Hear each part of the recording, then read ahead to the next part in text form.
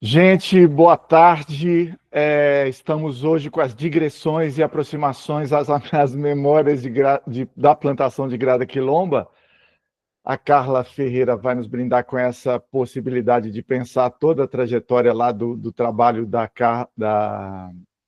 grada em relação a memórias da plantação e outros, né? Os vídeos são super aconchegantes, são ótimos de reflexão, então eu acho que a gente vai ter uma boa tarde de trabalho. Lembrando todos e todas que nós estamos com uma série de eventos, série de coisas assim acontecendo até fora do comum, hein? A gente está com eventos em São Paulo, em Vitória, em Rosário, tem a perspectiva do ano que vem, e todos estão listados lá na nossa página no site, em notícias, tá bem? E em agenda também. Então, por favor, naveguem lá, isso também contribui para o site rodar.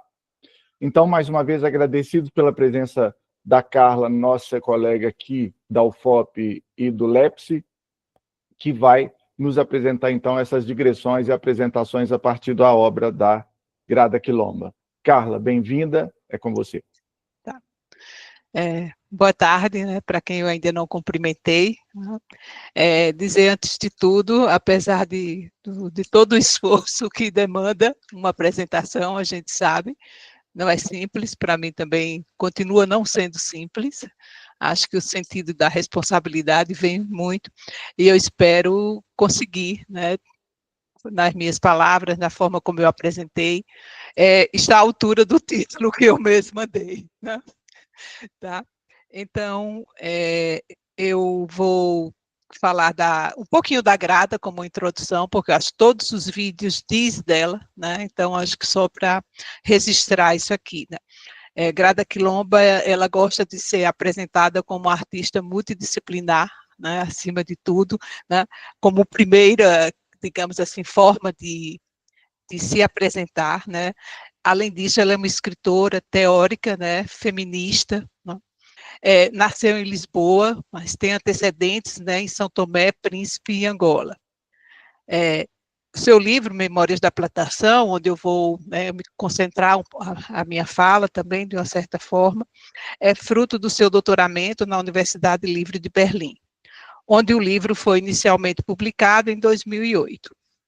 Suas obras artísticas têm circulado por diversos países, e seu trabalho também se insere entre um espaço híbrido, como ela diz, entre a academia, né, e as artes.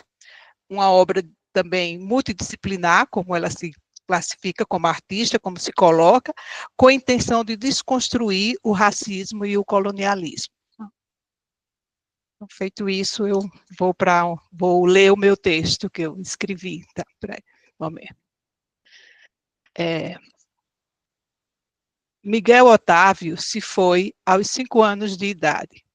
Caiu do 9º andar de um prédio denominado Pier Maurício de Nassau, situado no cais de Santa Rita, no Recife, em Pernambuco.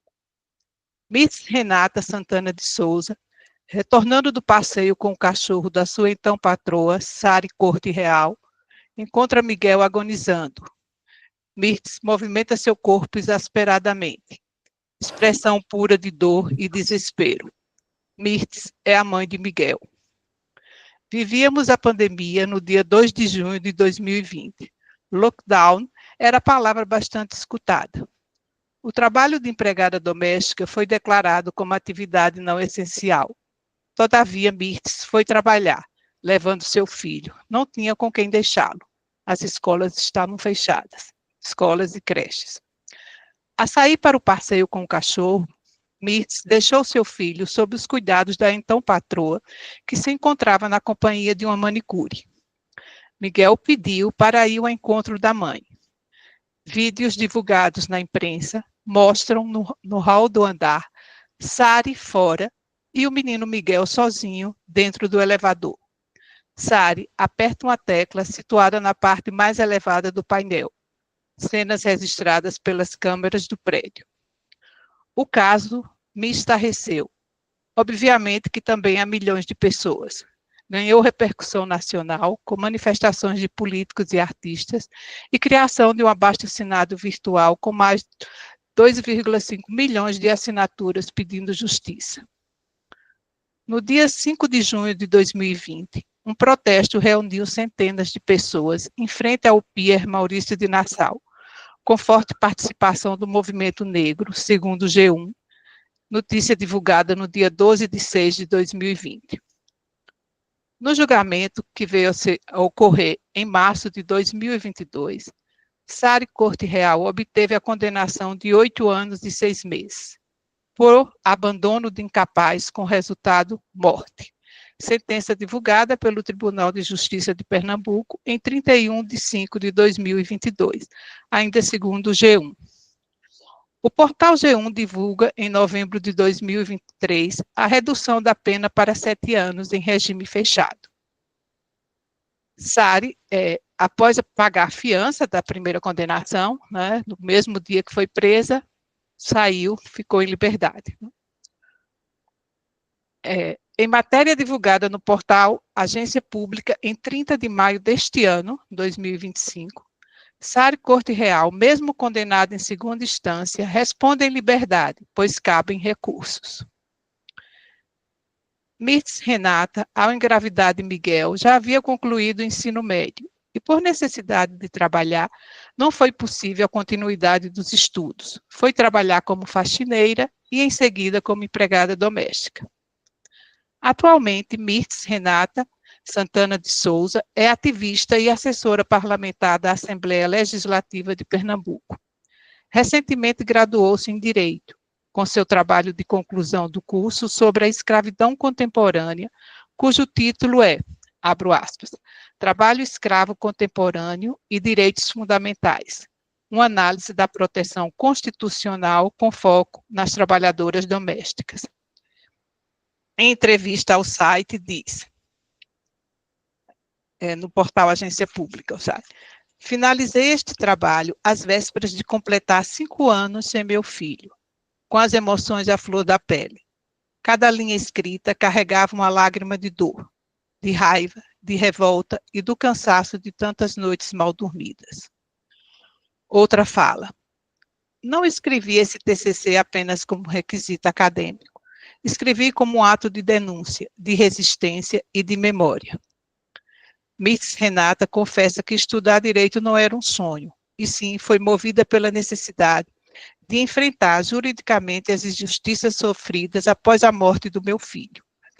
E acrescenta, abro aspas, uma forma de buscar o conhecimento jurídico para me fortalecer e enfrentar de frente os inúmeros absurdos contra meu filho, contra mim, contra outras pessoas que, como nós, foram silenciadas ou ignoradas por este sistema racista. Isso foi no site Migalhas, o acesso foi no dia 18 de junho deste ano, né, 2025. Eu abro aspas agora e falo, e se fosse o filho da patroa? Uma pergunta. Hashtag Justiça por Miguel. Frase escrita em faixa em protesto com centenas de pessoas na cidade de Tamandaré, litoral sul de Pernambuco, onde o esposo de Sari Corte Real era prefeito. Mônica Oliveira, da Rede de Mulheres Negras de Pernambuco, assinala que, abro aspas, é uma citação longa, explicitamente, é possível fazer uma leitura de como o racismo foi um fator essencial naquela situação. Por que Sari Gaspar Corte Real colocou uma criança sozinha no elevador e apertou o andar da cobertura? Ela não faria isto com uma criança branca, filha de suas amigas. Miguel era um menino negro. Mirtz é uma mulher negra. O racismo determina que as vidas negras não têm valor. E isso é uma manifestação cotidiana no nosso dia a dia, na sociedade brasileira, uma sociedade de mentalidade profundamente escravocrata, em que as relações de trabalho ainda são feitas desta forma. Fecho aspas. Abro outro espaço aqui, falo. Quando o menino Miguel encontra-se com as memórias da plantação de Grada Quilomba? As funestas marcas da escravidão dos latifúndios pernambucanos e seus proprietários, os senhores de engenhos, dos engenhos. Memórias da Plantação examina a temporalidade do racismo cotidiano. Diz Grada, de repente, o passado vem a coincidir com o presente. e o presente é vivenciado como se o sujeito negro estivesse naquele passado agonizante. Com Miguel, não foi como se. Foi. O passado agonizante se atualizou em sua extrema brutalidade. Os velhos e pesados engenhos se atualizam nas atuais oligarquias, atracadas na permanência dos privilégios, como se fragmentos remanescentes do pó açucareiro pulverizasse moradias e imaginários. Eu encontro ressonâncias disso que eu acabo de falar, né, nas desobediências poéticas, que é uma instalação, né, uma exposição individual de Grada Quilomba, e especificamente na escultura que ela chama Table of Gods, né? Aí eu faço pergunta, afinal, quem trabalhava nos engenhos? As primeiras vítimas desses engenhos foram os índios. Em sua cultura, antes da chegada do colonizador, doce era o mel de abelha. Aqui eu estou fazendo uma referência a uma espécie de um prefácio que tem no livro O Açúcar, de Gilberto Freire. Mas para o trabalho pesado dos engenhos, esses índios eram, entre aspas, incapazes ou molengas. Duarte Coelho logo compreendera que o homem necessário à lavoura da cana-de-açúcar e ao fabrico do açúcar era o africano. Já em 1539, chegaram os primeiros escravos vindos da Guiné. Uma citação de Gilberto Freire. A civilização brasileira do açúcar dependeu do escravo negro de modo absoluto. Ao longo de 2 séculos, foram quase 4 milhões. Sem negros, não há Pernambuco, disse o padre Antônio Vieira, em carta ao Marquês de Nisa, em 1648. No fundo, o Brasil era o açúcar, e o açúcar era o negro. Gilberto Freire. Mas nem da cana-de-açúcar as pessoas escravizadas podiam desfrutar, pois máscaras foram postas em suas bocas. Grada a denomina de máscara do silenciamento. A máscara foi adotada pelos senhores brancos como instrumento que impedisse às africanas e aos africanos de comer a cana-de-açúcar e o cacau enquanto trabalhavam nas plantações.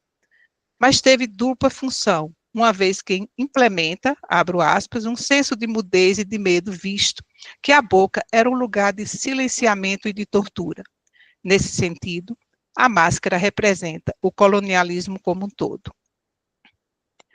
Já encontramos na nota 3 do livro, na página 29, o que ela define como plantação, como foram essas memórias da plantação. Né? Plantação, em português, foi um sistema de exploração colonial utilizado entre os séculos XV e XIX, principalmente nas colônias europeias nas Américas, que consistia em 4 características principais: grandes latifúndios, monocultura, trabalho escravizado e exportação para a metrópole.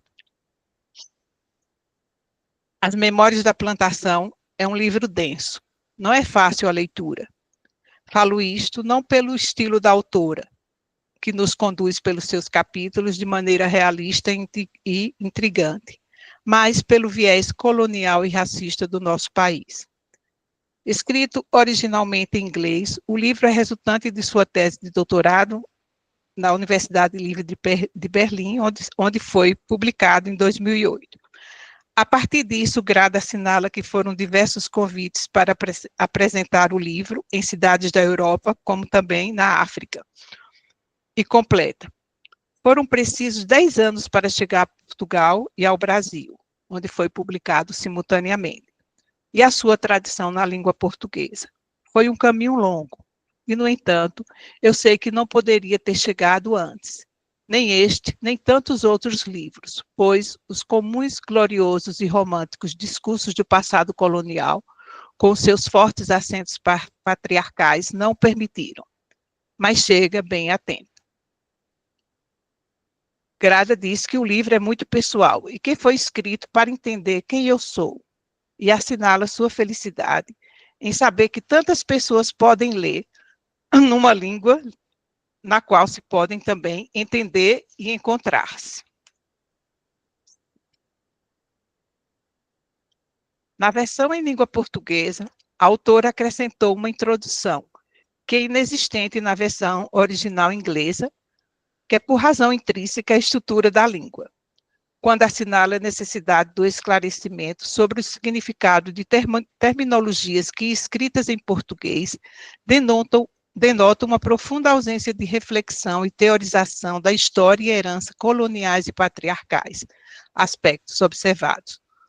Todavia, ela assinala que a tradução foi cuidadosamente elaborada, uma vez que, abre aspas, traduz um livro inteiro, apesar da ausência de termos que, noutras línguas, como a inglesa e a alemã, já foram criticamente desmontados, ou mesmo reinventados no novo vocabulário, mas que, na língua portuguesa, continuam ancorados a um discurso colonial e patriarcal, tornando-se extremamente problemáticos.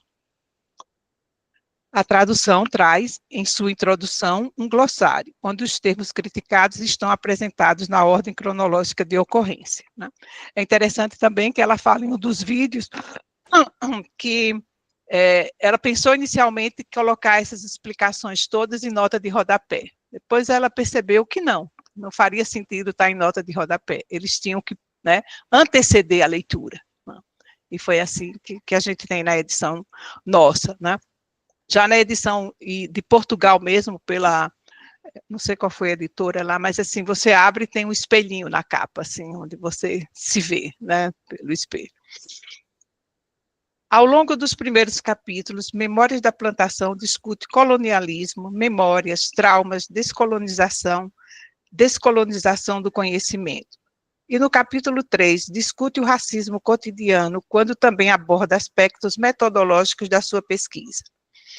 Nos últimos capítulos, discute e fala de mulheres entrevistadas na pesquisa. Grada relata também experiências pessoais de racismo e preconceito sofridos ao longo de sua vida, desde a infância à universidade em Portugal, quando foi a única mulher negra a cursar a Universidade de Lisboa, no departamento de psicologia, e a única também a atender em hospital, onde foi confundida diversas vezes com a senhora da limpeza, onde pacientes se recusaram a ser atendidos por ela. Como também já na Alemanha, enfrentou dificuldades para efetuar sua matrícula de doutorado na Universidade Livre de Berlim. Grada entrevistou, para sua tese, 6 mulheres negras da diáspora africana, através da entrevista não diretiva, abordando narrativas biográficas que permitem às pessoas entrevistadas definir sua realidade subjetiva e a experiência com o racismo em suas vidas. Entre as 6, ela selecionou 2 para análise dos episódios de racismo cotidiano sofridos em suas vidas também, desde a infância até a idade em que se encontravam no momento da realização das entrevistas. As entrevistas abordaram um grupo de informações baseado no interesse do estudo da autora. Foram os seguintes, conforme enumerados por ela: percepções da identidade racial e racismo na infância, percepções gerais de racismo e questões raciais na família, experiências pessoais e vicárias de racismo na vida cotidiana, percepções de si em relação a outras pessoas negras, percepções de branquitude no imaginário negro, percepções de beleza feminina negra e questões relacionadas ao cabelo, percepções de feminilidade negra e sexualização das mulheres negras. Foi feita apenas uma entrevista com cada uma das mulheres, entrevistas longas de 3 horas a 3 horas e meia. Sua forma de trabalhar com a análise de dados abarcou a transcrição das entrevistas e, em seguida, a seleção dos episódios relacionados aos tópicos centrais das experiências com o racismo, relatada pelas mulheres. Grada assinala, baseado em Filomena Essed, que não há um modelo normativo que descreva os passos ideais envolvidos na análise sobre o racismo cotidiano. Assim, denominou sua forma de análise de episódica. A autora ressalta que o racismo cotidiano ocorre em um contexto particular, tendo objetivos também particulares, envolvendo atores e atrizes em condições sociais particulares. A análise episódica descreve, abre aspas, os diferentes contextos onde o racismo é performado, criando uma sequência de cenas do racismo cotidiano. Compor os diversos episódios vem a evidenciar a complexidade de experienciar o racismo, os cenários, os atores e temas, como também a presença ininterrupta na vida de um indivíduo. Grada diz que trabalhar com esta forma analítica, a episódica, lhe permitiu uma escrita semelhante à forma dos contos. Os capítulos sobre as entrevistas consistem em análises interpretativas baseadas na teoria psicanalítica de Fanon e no pós-colonialismo, quando assinala, abro aspas, o estudo abrange a teoria psicanalítica de Fanon sobre o colonialismo e pós-colonialismo, fornecendo um quadro sistemático para análise dos traumas cotidianos e dos custos psíquicos da desigualdade racial para a subjetividade. No trabalho de análise, Grada procurou identificar as seguintes informações referentes aos episódios do racismo cotidiano: as políticas espaciais, políticas do cabelo, políticas sexuais, políticas da pele, cicatrizes psicológicas impostas pelo racismo cotidiano, estratégias psicológicas para curar-se do ou superar o racismo cotidiano e as estratégias de resistência. Nosso recorte. Na apresentação nossa aqui, destacamos o primeiro grupo de informações lá. As percepções de identidade racial e racismo na infância narrados por Grada e por uma das mulheres entrevistadas, que ela denominou de Alicia. Um exercício de nos aproximar de Miguel, mesmo sabendo da impossibilidade, e de outras crianças e jovens brasileiros, às voltas com a discriminação, humilhação e a brutalidade de nossas instituições, nossos espaços públicos, nossa arquitetura. Enfim, nossa população, que insistentemente prefere assim permanecer. Pois Miguel não caiu, Miguel foi deixado cair, como diz Rodrigo França, colunista do Metrópolis. Começamos com Grada, ao contar algumas lembranças, entre aspas, do seu tempo de escola. Lembro de crianças brancas sentadas na frente da sala de aula, enquanto as negras se sentavam atrás. De nós, dos fundos da sala, era exigido que escrevêssemos com as mesmas palavras das crianças da frente. Porque somos todos iguais, dizia a professora. Uma política espacial? Quais os corpos que têm o direito de ocupar as carteiras da frente? Quais os corpos que devem ficar por trás destes que estão à frente? Por que as crianças negras eram destinadas aos últimos lugares da sala? Seriam as últimas a ter acesso aos conhecimentos, as últimas a escutá-los, destinadas a repetir pacificamente as escritas das crianças brancas dispostas à frente, como assinalava a professora. Grada assinala inspirada em Fanon. Abro aspas. Poderíamos dizer que no mundo conceitual branco, é como se o inconsciente coletivo das pessoas fosse pré-programado para alienação, decepção, trauma psíquico, uma vez que as imagens da negritude, as quais foram confrontados, não são nada realistas, tampouco gratificantes. No vídeo Conakry, de Felipe César, Grada Quilomba e Diana McCartney, Grada diz dos seus tempos de escola, quando foi negado conhecimento sobre a história da África, de ativistas políticos que lutaram em movimentos de libertação da África, como Amílcar Cabral. Em suas palavras, abro aspas, essas histórias nunca nos foi contada nas aulas de história. Minhas memórias não são doces. Poderiam ser diferentes se eu tivesse conhecido essa história anteriormente. Seriam contra essas intrusivas memórias de subordinação. Cada assinala uma linguagem do trauma ao trazer suas memórias. Espaços de alienação, quando foi forçada a identificar-se com heróis brancos e rejeitar os inimigos, que aparecem como negros. Fala, que dor está presa nessa ordem colonial? Não deveríamos nos preocupar com o sujeito branco no colonialismo, mas sim com o fato de o sujeito negro ser sempre forçado a desenvolver uma relação consigo mesmo, através da presença alienante do outro branco. Diz isso inspirada em Hall e em Fanon. Grada relata outro episódio ocorrido durante uma consulta médica quando tinha entre 12 e 13 anos. Fui ao médico por causa de uma gripe. Após a consulta, ao me dirigir à porta, ele de repente me chamou.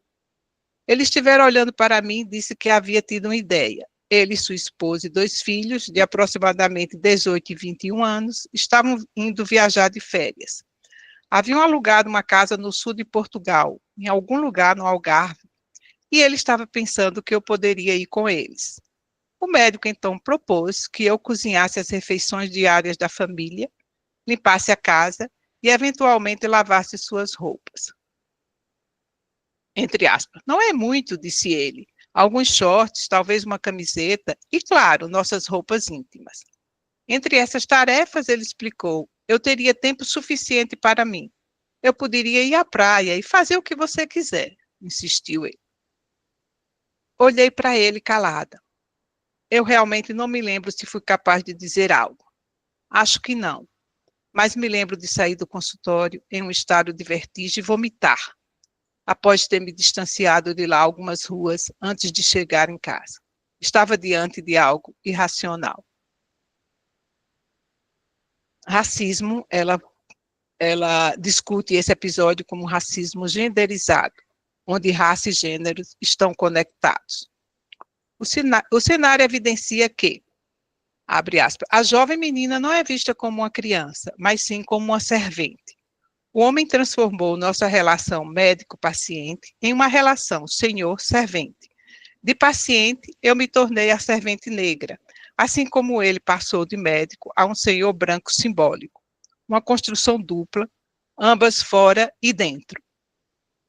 Grada assinala que nessas construções binárias, a dimensão do poder entre as oposições é duplamente invertida.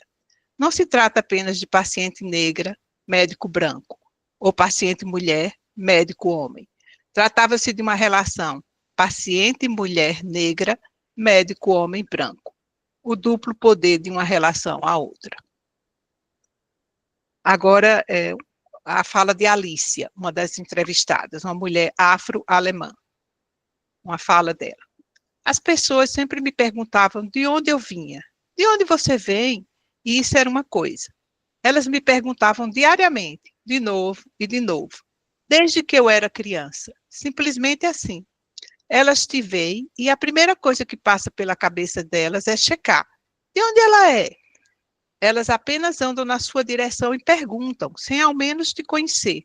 Não importa onde você esteja, em um ônibus, em uma festa, na rua, em um jantar ou mesmo no supermercado. Isto é tão racista porque elas sabem que há pessoas negras que são alemãs e que até falam alemão melhor que elas. Isso também é interpretado como uma política espacial pela grade. E de onde você vem? A pergunta, né, sendo colocada fora da nação. A pergunta vem desde a infância de Alicia e apresenta indagações sobre seu corpo e suas origens, onde se destaca a suposição de que ela não pode ser alemã porque ela é negra. Para Grada, a presença insistente dessa pergunta na vida de Alicia não significa apenas curiosidade, mas, entre aspas, um exercício que confirma fantasias dominantes sobre raça e territorialidade.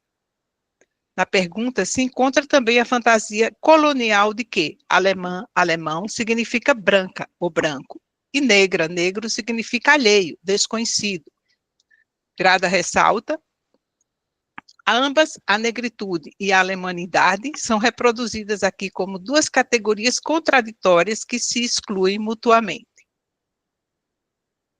A propósito dessa expressão de contradição, Grada comenta nos vídeos recomendados sobre o desconhecimento dos e das alunas e alunos alemães sobre a história colonial alemã, quando, de 1884 a 1918, a Alemanha teve 4 colônias na África. Na África do Sudoeste, alemã, a Namíbia. Na África Oriental alemã, a Tanzânia. Depois Ruanda, Burundi, e Togo e Camarões. Essa incompatibilidade entre raça e nacionalidade está nas novas formas de racismo, pois, como destaca a autora, se outrora se falava para raças biológicas e para a suposição de superioridade, tudo isso está em aspas, versus inferioridade, As novas formas de racismo dizem da diferença cultural ou de religiões e suas possíveis incompatibilidades. Grada diz que o racismo vai mudando seu vocabulário. Nos movemos do conceito de biologia para o conceito de cultura e da ideia de hierarquia para a ideia de diferença. Outra fala também da Alicia. Eu realmente odiava quando as pessoas tocavam meu cabelo. Que cabelo lindo! Ai, que cabelo interessante! Olha, cabelo afro! E o tocavam. Eu me sentia como um cachorro sendo acariciado, como um cachorro que está sendo tocado. E eu não sou um cachorro, sou uma pessoa. E, quando eu era criança, minha mãe nunca lhes dizia para parar, embora eu tivesse explicado para ela que eu não gostava. A mãe dizia, sim, mas seu cabelo é diferente e as pessoas só estão curiosas. Ela não entendia por que eu não gostava. Eu nunca tocaria o cabelo de alguém daquela forma, do nada. Quero dizer, como alguém pode fazer isso? Esse episódio está incluído na Políticas do Cabelo, né, invadindo o corpo negro. Grada destaca nesse relato o que é dito para Alicia, ou melhor, o que sua mãe branca lhe diz, você é diferente. Quem é diferente de quem? Marca Grada, pois a mãe de Alicia não se vê como diferente, porém vê sua filha como tal, ou seja, abro aspas, não se é diferente, torna-se diferente por meio de um processo de discriminação. Um outro aspecto que é ressaltado pela autora, que a diferença é usada como uma marca para a invasão. Nesse episódio também é destacado a não identificação da mãe branca com sua filha negra, o comentário feito pela mãe diante do grande incômodo de Alicia quando as pessoas tocavam seu cabelo. Leva Alicia a perceber que seu ponto de vista como mulher negra é menos válido do que o ponto de vista de sua mãe branca. A divisão entre os pontos de vista demonstra para a Grada que ambas não conseguem escapar das relações coloniais. A mãe de Alicia parece incapaz de escutar as palavras da filha. Elas não dizem respeito ao seu mundo, mas a um mundo de racismo e agressão. Pensando em espaços híbridos entre a academia e as artes, Grada realiza o trabalho de adaptação dessa escrita dos episódios, né, que ela conseguiu classificá-los de acordo com as entrevistas, os episódios de racismo cotidiano. Ela convida 3 mulheres negras e 2 homens negros, que são atores e atrizes, né, afro-alemãs, a montarem, e são atores e atrizes potentes, que aí montam uma performance, e isso é também uma parte pequena dessa performance, é mostrado no vídeo Episódios do Sul, Massa Revoltante. Já nas últimas páginas ainda do capítulo 1, eu nomeei essa parte aqui da minha fala como eu, racista. Grada, nas últimas páginas do capítulo 1, que chama-se A Máscara, comenta sobre a dificuldade do sujeito branco em reconhecer a história e a atualidade do racismo. Não quero ouvir falar sobre isto.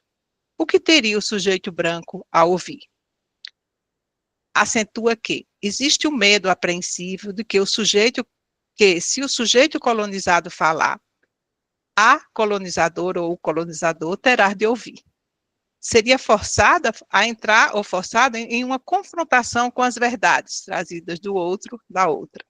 Verdades que têm sido negadas, reprimidas, mantidas e guardadas como segredos. Ela fala, eu gosto muito desse dito, mantido em silêncio como segredo.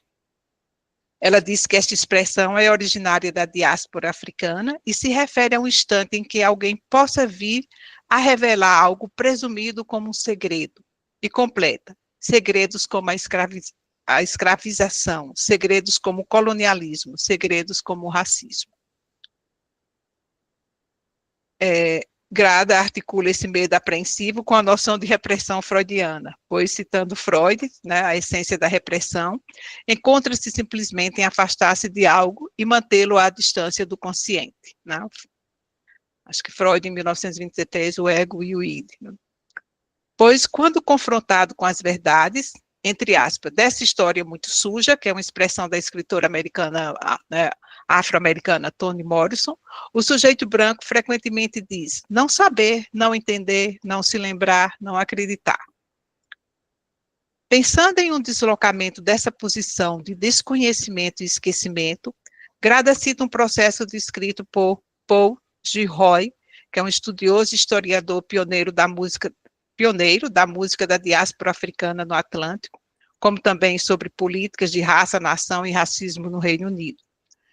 Paul, ele descreve 5 mecanismos distintos pelos quais passa o sujeito branco para que possa ouvir, ou seja, para que possa se tornar consciente de sua própria branquitude e de si próprio como perpetrador ou perpetradora do racismo. Aí esses 5 passos aí que envolvem esse processo seria a negação, a culpa, a vergonha, o reconhecimento e a recuperação. Esses 5 processos, eles também fazem parte de uma videoinstalação, né, multicanal, que é o dicionário, como ela chamou, que foi especificamente desenvolvida para a exposição dela aqui na Pinacoteca em 2019, né. Ela examinou cuidadosamente o significado dessas palavras, né. Ela comenta isso no vídeo também daqueles que estão indicados, que chama Mata de Corda. Então, a negação é recusa em reconhecer a verdade, a culpa, tirando pequenas partes desse processo, né? Emoção que segue a infração de uma interdição moral. Grada diz de um estado emocional no qual o indivíduo vivencia o conflito de ter feito algo que acredita que não deveria ser feito, ou ao contrário, de não ter feito algo que acredita que deveria ter sido feito. Culpa é uma emoção vivenciada em relação ao ato já cometido, ou seja, o racismo já aconteceu, criando um estado emocional de culpabilidade.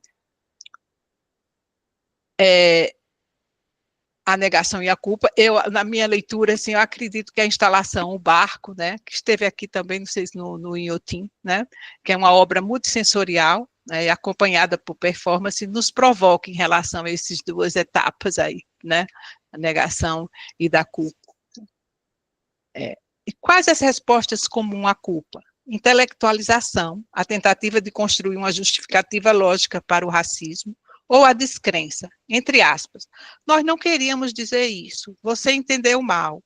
Para mim não há negras, não há negros, ou brancas, brancos, somos todos humanos. Agora o outro processo, parte do processo, que é a vergonha. Enquanto a culpa ocorre se o indivíduo transgredir uma interdição derivada do seu exterior, a vergonha acontece quando o indivíduo falha em atingir um ideal de comportamento estabelecido por si mesmo. A vergonha está relacionada ao sentido da percepção. Abro aspas, como ela fala aqui. Ela é provocada por experiências que colocam em questão nossas preconcepções sobre nós mesmos, e nos obriga a nos vermos através dos olhos de outros, nos ajudando a reconhecer a discrepância entre a percepção de outras pessoas sobre nós e a nossa própria percepção de nós mesmos. O sujeito branco se dá conta de que a percepção das pessoas negras sobre a branquitude pode ser diferente de sua percepção de si mesmo, na medida em que a branquitude é vista como uma identidade privilegiada, o que significa tanto poder quanto alerta. A vergonha é resultado desse conflito. Já o reconhecimento, né, precede a vergonha, no momento em que o sujeito branco reconhece sua própria branquitude e ou seu racismo. Provoca no sujeito o reconhecimento do seu racismo quando aceita a realidade dos outros, das outras. E a reparação, que é o último, né, vem como a negociação do reconhecimento. O indivíduo negocia a realidade.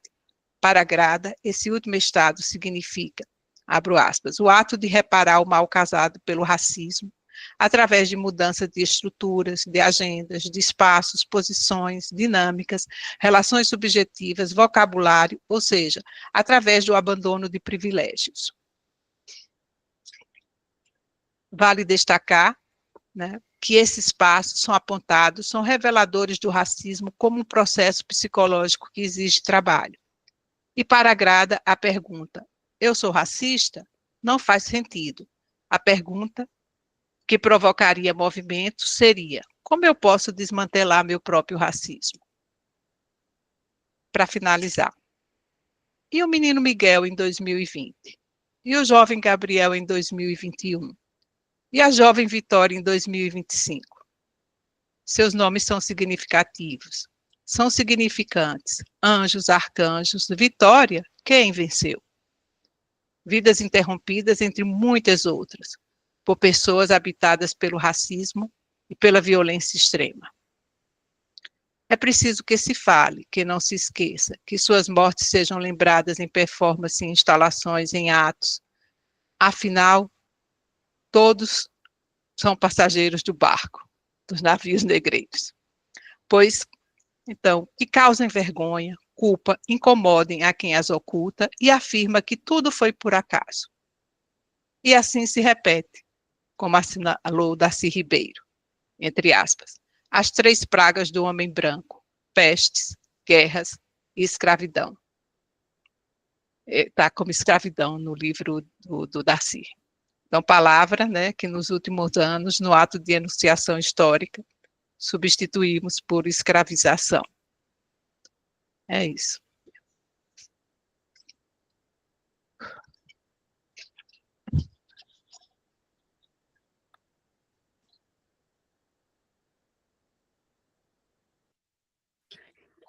Que Carla, texto. que texto ótimo! Que texto excelente! Muito bom te ouvir, muito bom verificar essa conexão, esse enlaçamento suave, denso e ao mesmo tempo provocativo em relação ao que Grada propôs em Plantation e ao mesmo tempo que você vai lá em Recife, aliado no seu Nordeste, para buscar alguma fonte inspiradora para pensar isso e ao mesmo tempo denunciadora. Olha, muito chocante, muito bom. Fico feliz mesmo. Vamos rodar, vamos conversar sobre inscritos? Vale comentário, vale pergunta, vale conversa. Eu vou começar então, Marcelo, só agradecendo, né?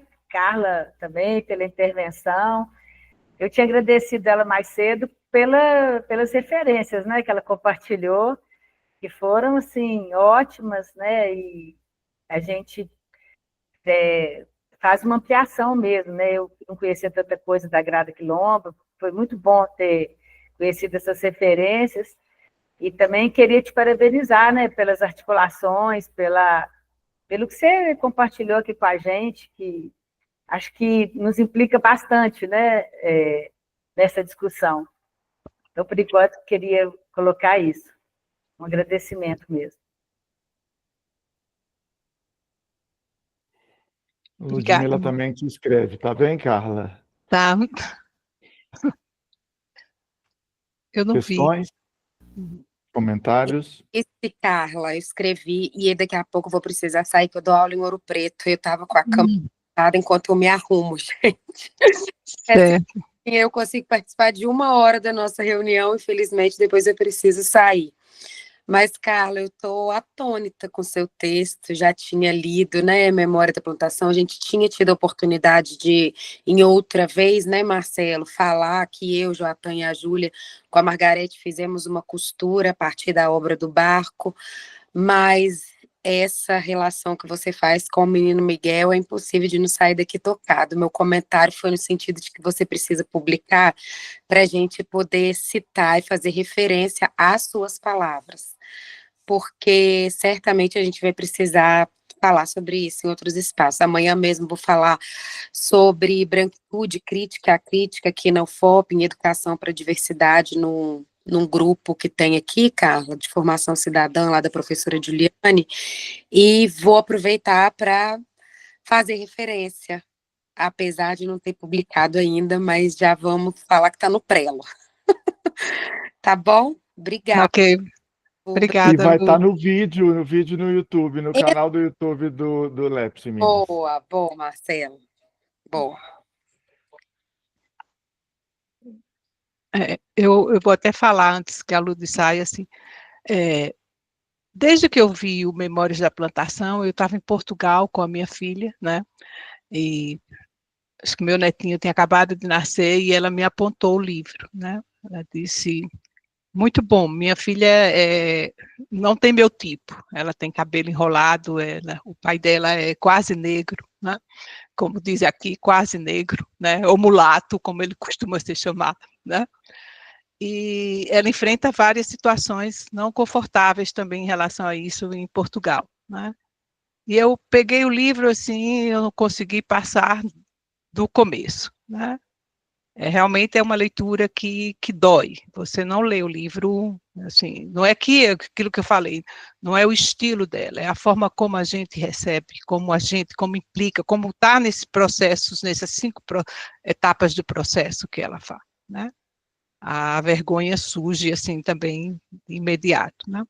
Então é preciso digerir ali, sabe? Preciso digerir. Tanto aqui nesse texto tem muito das palavras do livro, né? Tem muita coisa do próprio livro, né? Que muitas vezes eu parei. Por que eu não estou conseguindo fazer paráfrases, né? Eu estou me referindo tanto porque era o meu mesmo processo de me aproximar também de um tema que também não é fácil, né? Não é fácil.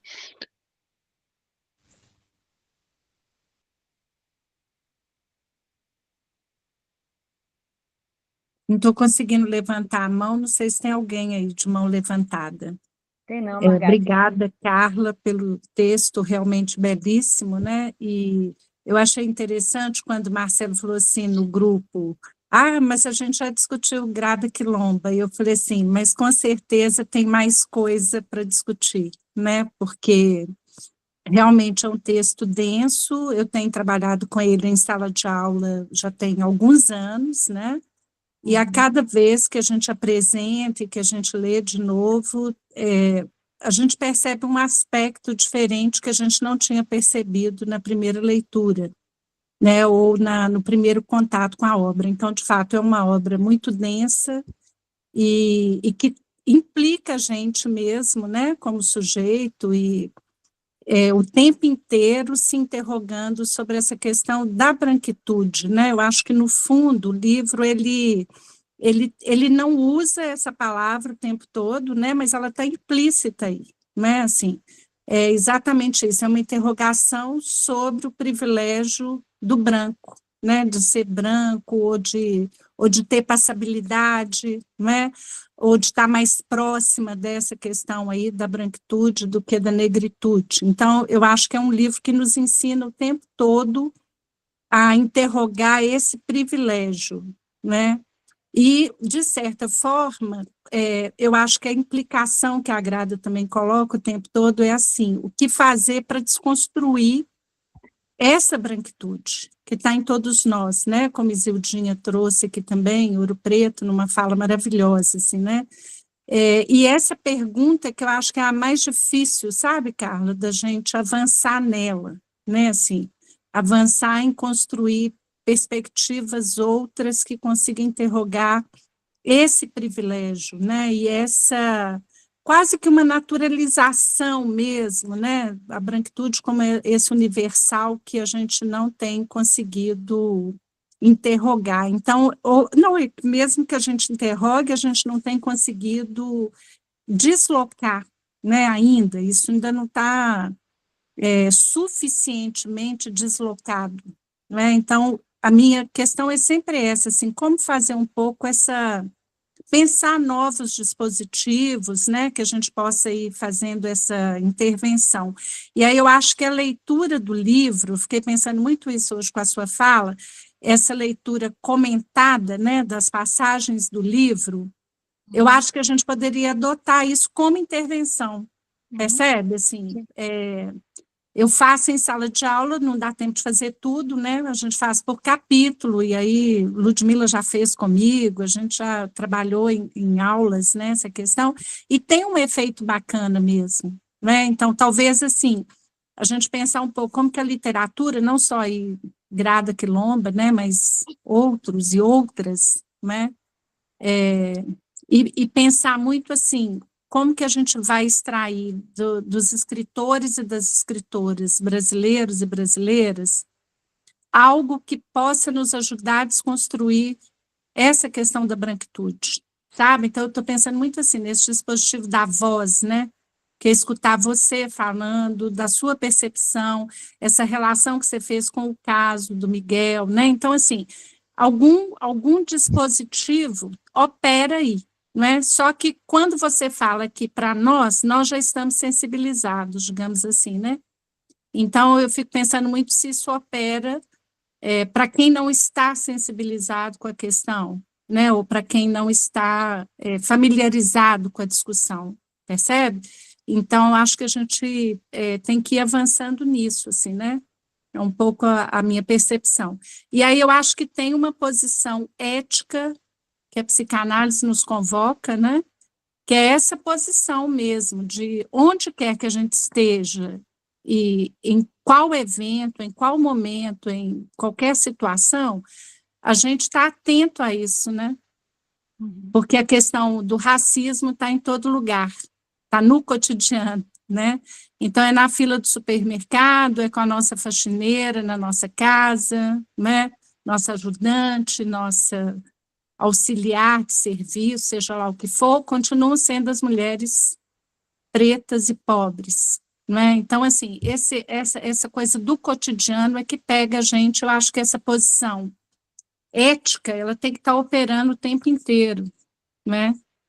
E é difícil, não é fácil, não. Acho que a gente, às vezes, conscientemente, sabendo da questão racial, a gente incorre, né, em situações que a gente é pego, assim, de calça curta, né? Não é assim o tempo todo.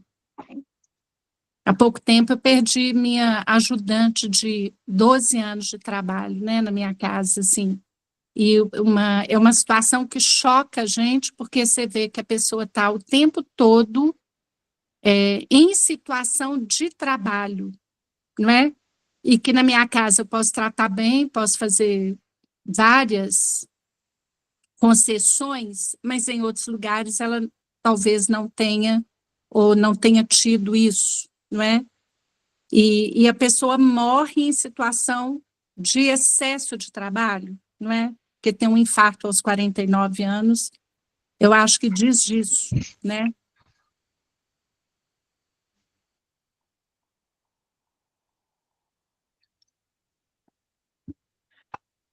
Eu acho que tem cortando, não vou responder, mas vou comentar, né, em cima da sua fala, não tem resposta nesse sentido. Eu acho que é essa ideia mesmo da branquitude, né, que circula, e esse imaginário de onde eu venho, não é só imaginário, mas assim, é real, as relações ainda são estabelecidas muito dessa forma, principalmente o que foi Alagoas e Pernambuco, que era uma capitania só, né? Os dois estados formavam uma capitania de Pernambuco. Então, essa marca da cana ainda está presente, não só no território, na territorialidade das estradas, dos espaços, mas como as relações também acontecem, né? E a marca do poderio, né? Do trabalho, quanto menos você puder pagar pelo trabalho é melhor, né? Pelo trabalho, pelo aquele que está ali perto, que faz o trabalho para você, o trabalho doméstico, ou seja, qualquer tipo de trabalho, né? Quanto mais você puder baixar o preço, diminuir a sua posição do poder, se estrutura, que são as relações do colonizador, né? Muito bem aprendidas nesse sentido.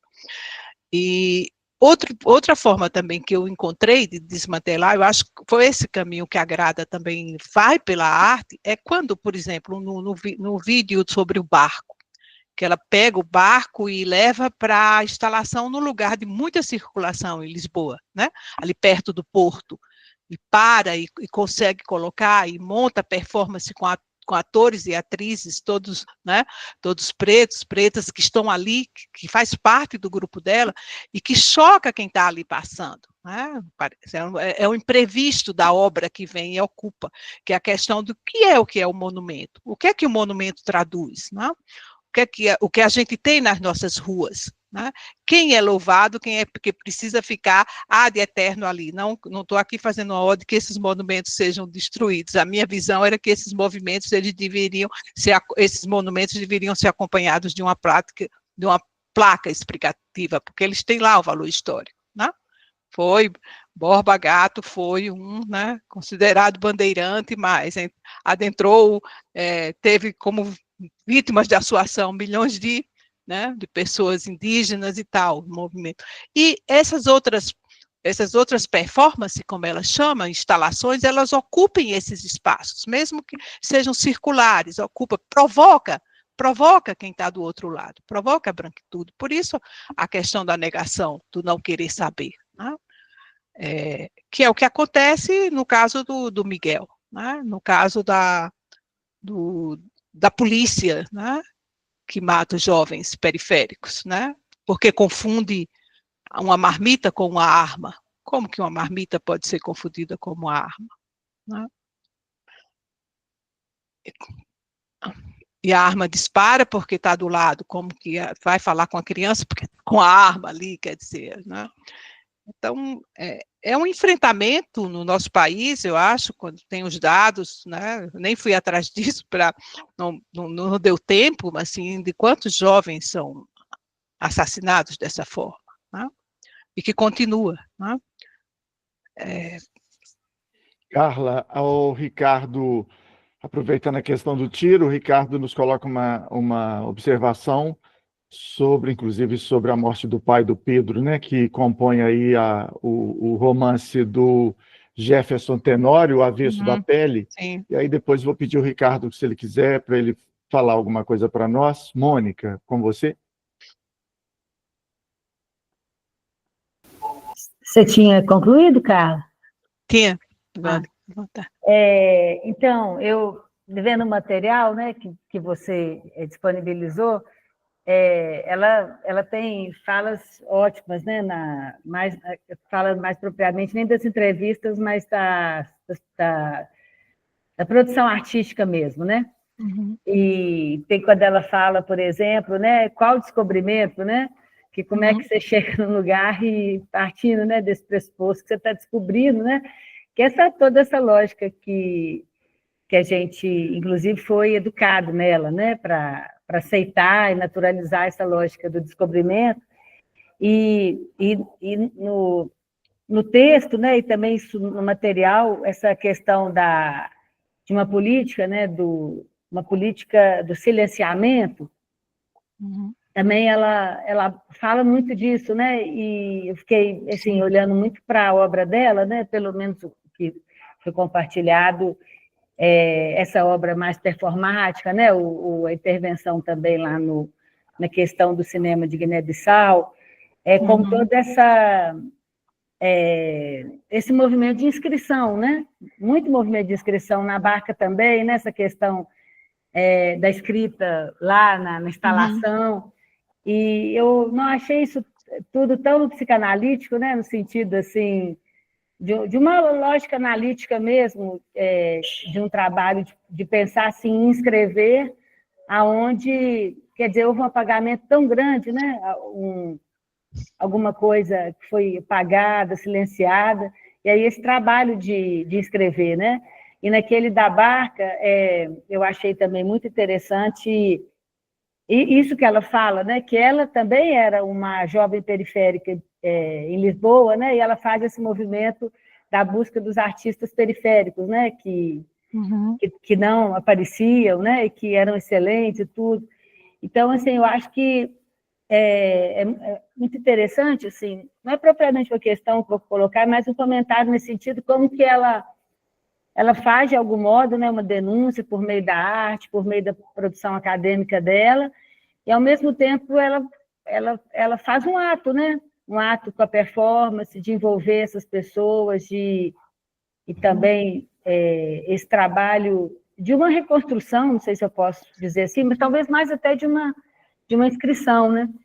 E eu achei muito legal, nessa sua elaboração, você ter, né, trazido toda essa amarra brasileira, né, do que a gente vive, porque eu lembro quando teve o assassinato de um cliente no Carrefour, né, aqui no Brasil, e eu lembro que eu fiz uma nota lá para a FAI, na época a Deise Cunha era a diretora, e eu era de uma comissão lá da FAI, e eu lembro a Sheila Miranda comentando, né, assim, se a gente fosse fazer uma nota todo dia, né? Porque é uma naturalização tão grande, tantas vidas realmente que são interrompidas no Brasil com esse atravessamento, né, do racismo. Então, eu acho que a gente tem, né, um trabalho enorme e reconhecer os privilégios é fundamental, né, nessa luta mesmo, nessa construção, né? E a questão da branquitude, né, com certeza. Queria só comentar isso mesmo.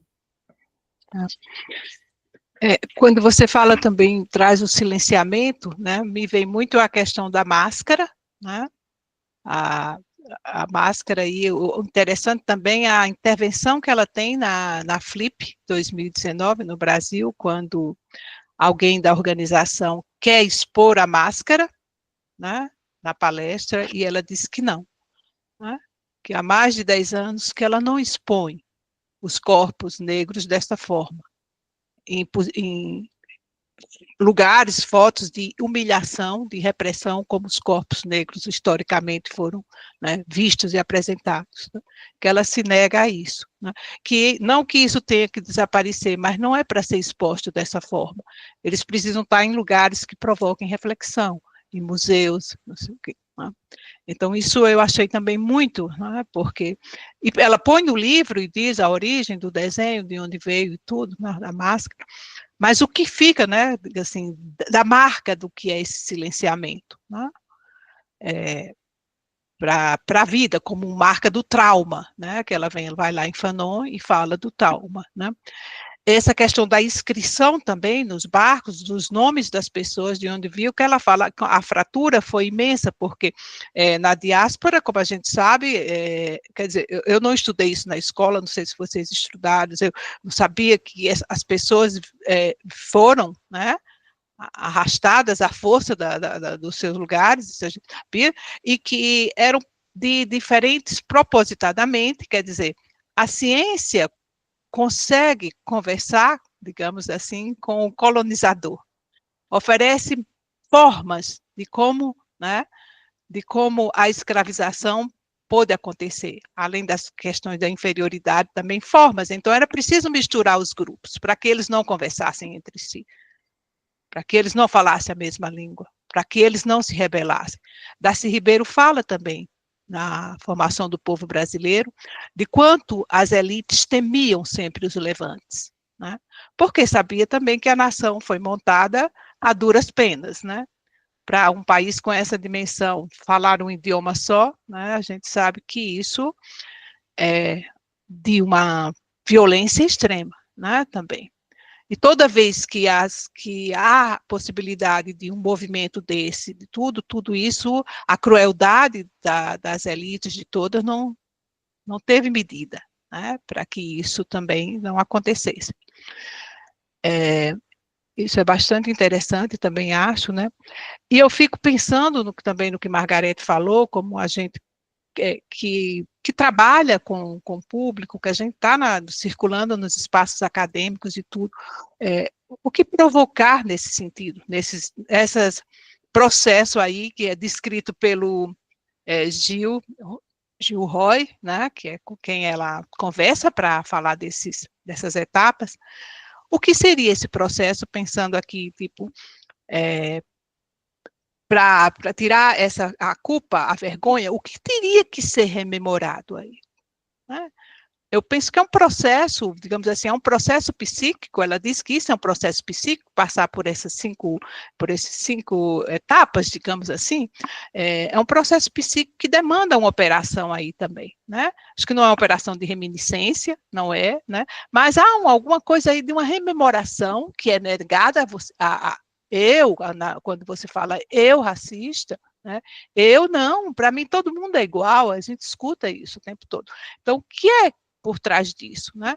Como provocar isso para que venha, para que desmantele o racismo, como ela fala muito, ela usa muito essa palavra, né? Desmantelar, esse seria o antirracismo, né? E eu acho que a arte dela tem uma potência, né, educativa muito grande, pelo que eu fui ver, né? E como que a gente pode, digamos assim, usar isso também, que ela fala também de Margarete, né, para esse tipo de provocação, Lucas.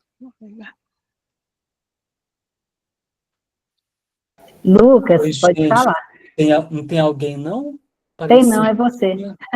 Ah, então tá bom. Então, boa tarde mais uma vez. Carla, querida, muito obrigado pelo compartilhamento e fecundidade do seu texto, né, que me tocou de um modo bem intenso. Eu, né, quando aconteceu, o que você relatou lá em Recife, com o menino Miguel, também cheguei a escrever alguma coisa, fiquei tremendamente acometido, né, porque recoloca mais uma vez o quão racismo é estrutural. E, enfim, você falou do silenciamento, né, e atrás, isso foi bem interessante, e eu me recordo de Paulo Freire, que no livro A Pedagogia do Oprimido, ele desenvolve de modo muitíssimo interessante sobre o silenciamento, e sobre como esse silenciamento é internalizado pelos grupos oprimidos. E ele desenvolve isso a partir de Fanon. Ele já tratava de Fanon. Naquele tempo, em 68, olha só, já conversava com Fanon, traz Erich Fromm também, Hegel na dialética do senhor escravo. Eu acho que talvez em algum momento seria interessante a gente trazer Paulo Freire para cá. Que tal, gente? Inclusive, eu acho ele muito afastado de nossas discussões, né, psicanálise e educação, educação e psicanálise. Eu penso que é muito interessante a gente trazer e retomar Paulo Freire. Eu acho que ele tem muito a contribuir, e há muito tempo, né? Há muito tempo ele tem colocado, né, situações, colocado na roda teóricos que agora, nos últimos anos, aí, nos últimos 10 anos, que a gente tem se debruçado. Né? Por que não Paulo Freire? Né? Enfim, e outro ponto, né, eu falo um pouco, né, desde a UFSC, né, que é onde eu trabalho, eu tenho acompanhado, né, situações de racismos semanalmente, né, especificamente no serviço onde eu trabalho, que é o serviço de acolhimento a sujeitos vítimas de violências. Os racismos são semanais, né, e transversalizados, né, por classe, gênero, território. É interessantíssimo, né, a xenofobia que acontece com os imigrantes que vêm, mas aqueles que vêm de África, né, porque os europeus não passam por isso, né, o modo como lidam, né, com a proveniência desses imigrantes. Enfim, o quão o racismo, né, está vinculado com outras tantas violências. E tem se apresentado, né, contra os estudantes, mas também contra docentes, tais, em baixíssima quantidade, mas muito mais com os estudantes. Né? Sobretudo aqueles que têm chegado por meio das ações afirmativas, que ingressam na universidade, né? Mas um desafio contínuo tem sido permanecer e também sair da universidade. Porque, além do racismo, tem um outro ponto muito complexo, que muitos não são pobres suficientes para terem bolsa, e outros precisam conciliar estudo e trabalho de um modo assim tremendamente aguerrido, tornando a universidade mais desafiadora ainda. Né? Então, é algo assim complexo, que eu acho que as políticas educacionais precisam avançar muito ainda.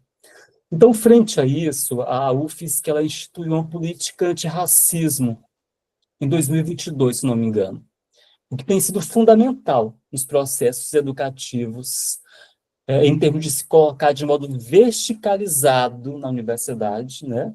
Uma prática antirracista, né? Porque, afinal, implica aí fazer frente a uma estrutura que se recoloca, que se faz, que se desfaz de modo flagrante e sutil também, mas também de convocar a comunidade universitária de modo horizontal, a se implicar frente ao racismo.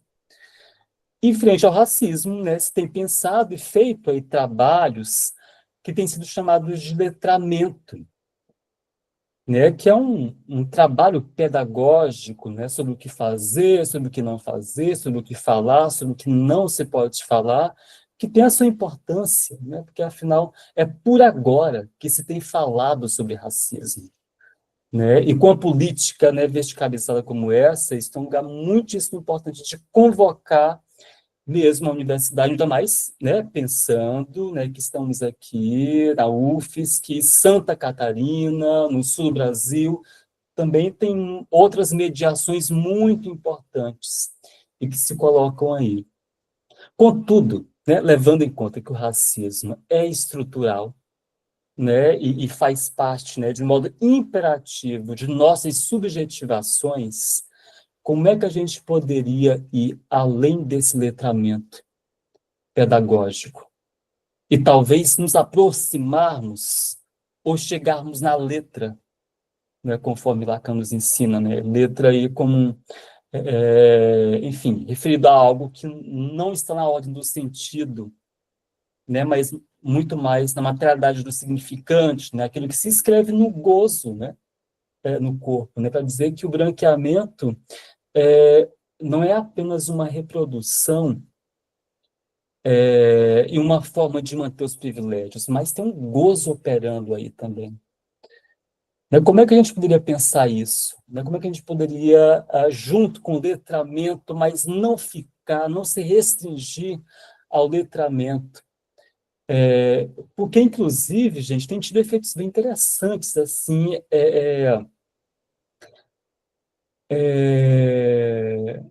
de tornar o racismo mais sutil ainda, o que torna mais complexo, muito mais complexo, de se reconhecer o racismo, de se fazer alguma coisa frente a ele.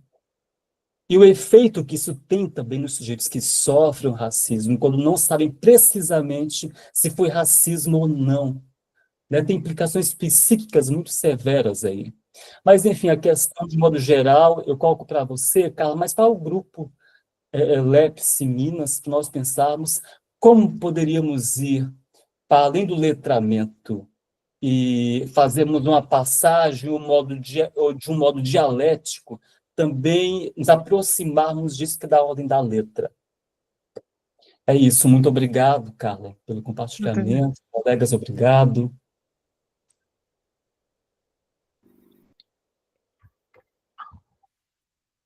Obrigado, Lucas. Maralice?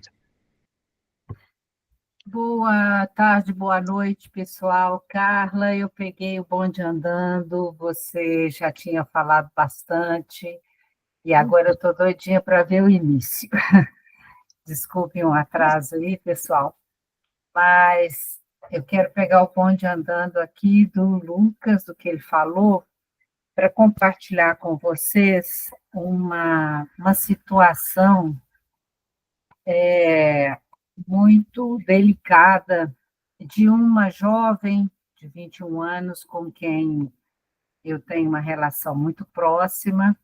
Nós nos conhecemos no projeto Brota, quando ela tinha 15 anos, e passamos a ser amigas, né? Amigas muito próximas, ela vem muito aqui em casa, ela continuou como uma pessoa que esteve sempre presente no Brota, mesmo depois de já não ser uma das alunas, né, que faziam parte do projeto, ela passou a ser uma nossa monitora voluntária, né, com toda a dificuldade, trabalhando, a gente desejando muito que ela passasse no Enem. Eu soube depois que ela tinha passado para letras e não entrou, porque a mãe dela disse que ela precisava trabalhar, que não tinha essa coisa de mexer com universidade. Até que depois, agora ela está batalhando para entrar agora já mais madura e tudo mais. Mas o que eu queria contar, ela é negra, né? E, vamos dizer, é negra, mas não é muito preta, né? e tem essa cor da pele um pouco mais clara e tal, e ela tem uma autoestima um pouco oscilante, é gêmea com outra irmã, que é igualzinha a ela, mas a outra irmã é muito mais ativa nesse sentido de... Enfim, é diferente dela, eu não quero entrar na história da irmã. Mas outro dia estávamos ali no Palácio das Artes, esperando começar um espetáculo que íamos assistir juntas, e fomos lá embaixo, sentar na cantina lá de baixo, naquele café, quer dizer, e ali sentamos numa mesa compartilhada, que tinham outras pessoas, havia ali um casal, uma jovem sentada com seu namorado, loura, né, dessas louras muito vistosas, estava muito bem vestida, lá com seu namorado, e ela olhando para a jovem, daí a pouco ela me diz assim, é meio que um desabafo, porque depois ela arrependeu de ter dito isso. Ela disse assim, eu queria ser branca como ela. Eu falei, mas... Perguntei, mas por quê? Porque seria tudo muito mais fácil. Então, é uma coisa que, né, deixa a gente tão sem palavras, às vezes, do que dizer, né, nessa hora, porque você também está na condição de branco, essa questão é bem delicada, né? E seria mesmo, quando está dizendo a Libéria aí, seria tudo muito mais fácil. A Libéria conhece bem de quem eu estou falando. Então, é complexo mesmo, né, Lucas? Como tratar dessas questões. Ela está em análise e tudo, ela faz análise lá no Janela da Escuta, e a gente vai conversando, vai tentando mudar esses paradigmas, mas também a gente está enredado nesses paradigmas, né? Acho que era isso que eu queria compartilhar, porque está bem dentro desse assunto. Se Carla quiser comentar ou mais alguém, é isso.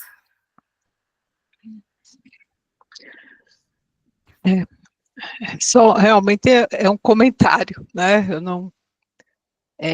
o sofrimento, como isso está bem explícito no livro da Grada, quando ela vai comentar sobre as mulheres, né? Pena, assim, que a gente tem duas mulheres aqui, mas com muitos comentários muito fortes, né?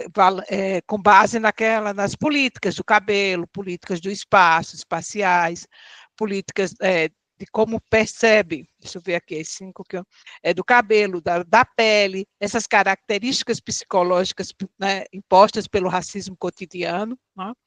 E acho que essa cicatriz, parece que a fala, não sei, não escuto, né, é uma marca disso, né, o desejo de ser branco no sentido de ter, de apossar-se disso, digamos assim, para passar de um jeito bem mais fácil, de ver o lado dos privilégios que a gente tem, né?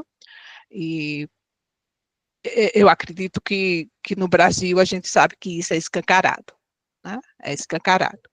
A Grada também comenta que lá na Alemanha ela também sofreu dessa forma, de uma certa forma, na padaria, a mulher branca, tem uma fila, a mulher que é branca quer passar na frente dela, na fila da padaria, né?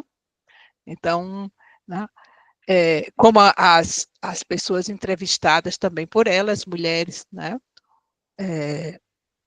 também sofreram e sofrem, né, cotidianamente, né? A pergunta de onde você vem, né, é uma pergunta, né, muito ameaçadora, né? Realmente, quem compõe a nação, né? Quem faz parte da nação? E ela acusa isso, quando ela diz que o Brasil é um país fraturado, desde a primeira vez que viu o Brasil. E sofreu também episódios aqui também, a história desde a nossa arquitetura, né? Obviamente, essa garota deve ter muito o que falar, né? Sobre todas essas cenas, sobre tudo que é vivido. A nossa arquitetura, acho que a própria classe média, assim, faz o que pode para poder ter duas entradas, né? A porta de entrada e a porta de serviço, né? A porta dos fundos. E, lógico que um elevador pode ter uma função de transportar as coisas para a obra e tudo, mas aquele elevador ser destinado a transportar os corpos das pessoas que vêm trabalhar, como diz a Grada, né, os corpos negros que vão ocupar aquele elevador, né, que não pode, isso aconteceu com ela em São Paulo, né?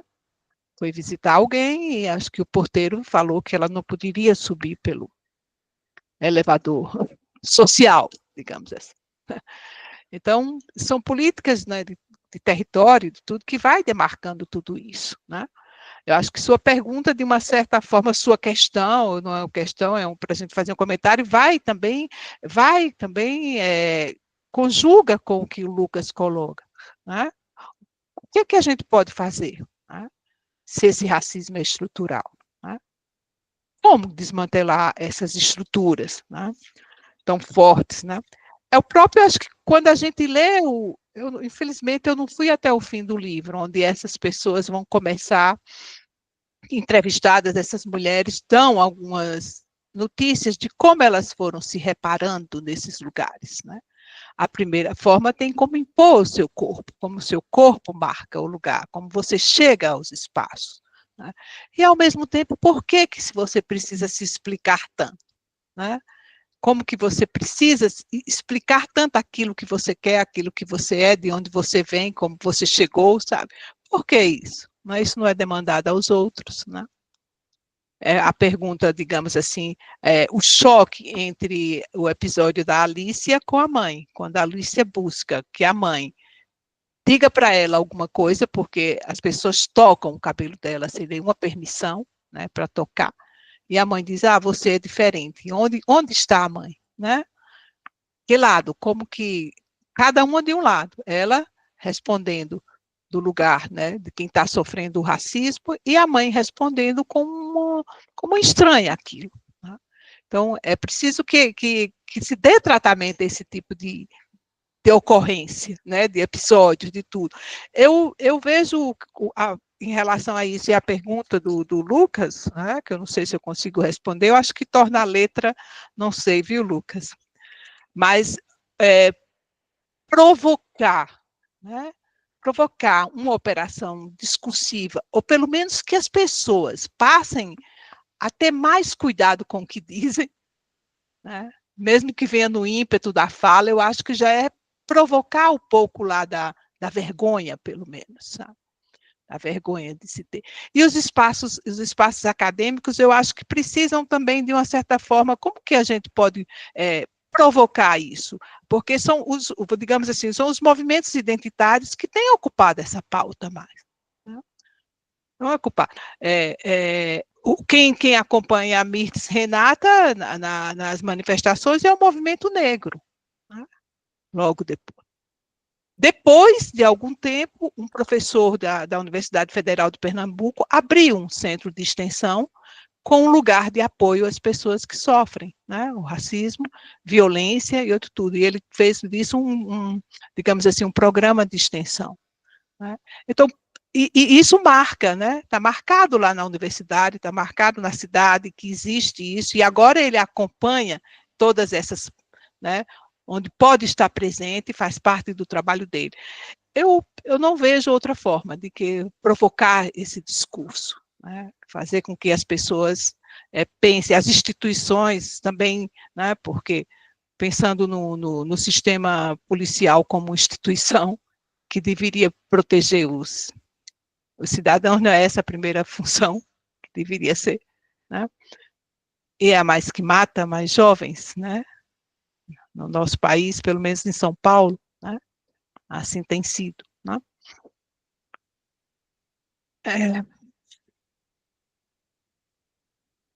Porque quando há silêncio, sabe, eu acho que as contradições se acirram ali dentro, sabe?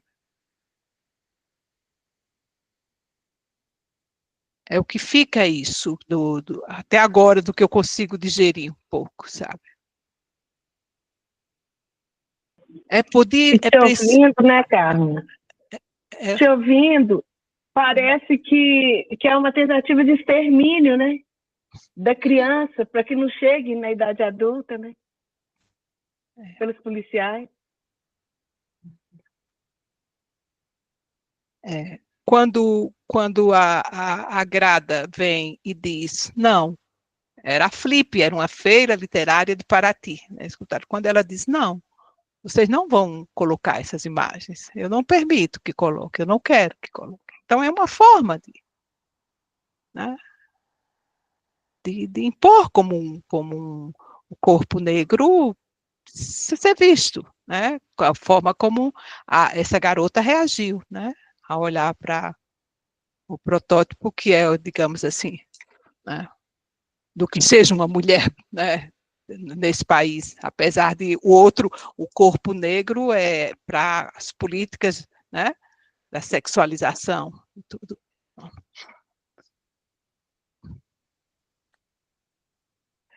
E ela faz uma coisa muito interessante, que eu acho que tem a ver com isso, com a expressão de reconhecimento, que eu acho muito interessante, que ela diz que uma das meninas, que é a Alice, uma das mulheres, fala que um dos gestos que foi muito gratificante, que ela percebia que desde pequena, ela negra, quando ela encontrava uma pessoa negra na rua, seja ela a pessoa mais velha, tudo, a pessoa a cumprimentava de um jeito, mesmo sem conhecer. Faz uma espécie de uma referência, balança. E depois a Grada vai dar trato a isso, fala que é um movimento, né, que é interessante que acontece com as pessoas, né, da diáspora africana. Que essa forma de se cumprimentar é como se fosse a possibilidade de um encontro daquilo que foi fragmentado. Né? E que ela lê isso como uma forma de apoio. Né? E que a menina ficou também tão intrigada com isso, que começou a observar, quando criança já, se outras pessoas vindas com outras origens também faziam isso, se os asiáticos se cumprimentavam, se os árabes se cumprimentavam, e percebeu que não. Né? Eram as pessoas que vinham da diáspora africana que tinham essa forma de se cumprimentar, e um sorriso sempre. E ela diz para a Grada, na entrevista, que quanto isso também foi reconfortante para assumir a negritude dela naquele país, né? Tipo assim, ela é também uma filha adotiva de mãe e pai, né? Pai branca e brancos. Então, são movimentos, né? Aí. E eu acho que é como o Lucas fala, esse letramento, né? Eu acho que esse letramento vai pelo parecido com o que ela diz que é o texto, né? Que o texto lido, ele tem um alcance, mas quando a arte vem de uma certa forma e provoca outra linguagem, né? Ela traz outra linguagem, ela traz a escuta, ela traz o olho, a gente sabe disso, do valor da pulsão, do olhar, né? E do escutar também, quanto isso também são formas de ir desmantelando também o racismo. Eu não tive nenhuma intenção de responder, a não ser de comentar também aqui com vocês, né? Quanto à Adriana, eu acho que também é muito, isso que ela diz, me lembra muito um vídeo que eu vi, um filme praticamente no canal Curta, que fala sobre, né, a resistência das pessoas pretas e tudo, e uma mãe ativista, depois da morte esqueci o nome dele, que foi asfixiado pela polícia, né? E que foi todo mundo à rua e tudo, e ela é entrevistada, e ela diz que tem uma situação que é frequente para eles, para elas, para as mães, é quando os filhos começam a crescer um pouco, elas chamam os filhos, principalmente os filhos, os homens mesmo, e tem o que ela põe entre aspas, a conversa. Né? É como como fazer para que aqueles jovens possam ter uma certa proteção nos próprios formas de agir quando forem abordados nas situações coletivas e tudo, né? Como deve se comportar, onde deve colocar as mãos, jamais vários tipos E elas falam quanto que é doloroso para elas, como mãe, terem essa conversa, mas que é preciso ter. Né?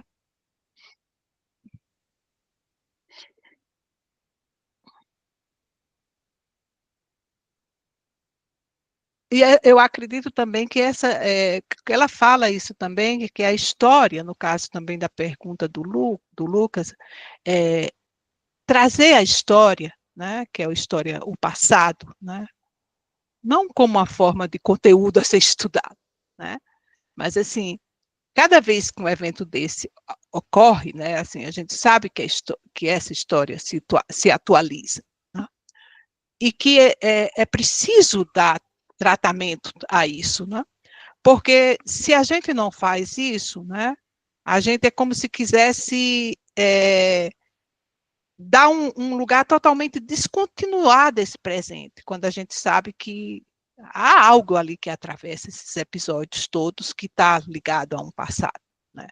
Para que, então, quando isso é confrontado, digamos assim, essa temporalidade, né? Sem isso não tem como ter visão do futurista, né?